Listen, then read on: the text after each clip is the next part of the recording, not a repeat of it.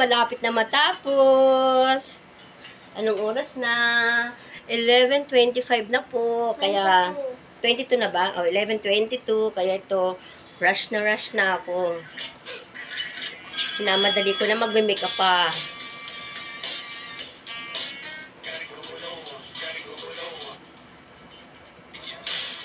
Yun ang gawain ng nanay. Kailangan maging maayos ang anak. At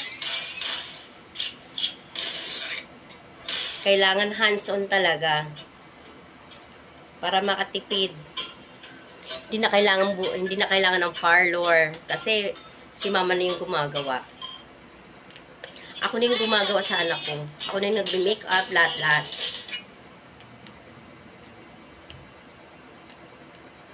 Ayan, malapit na.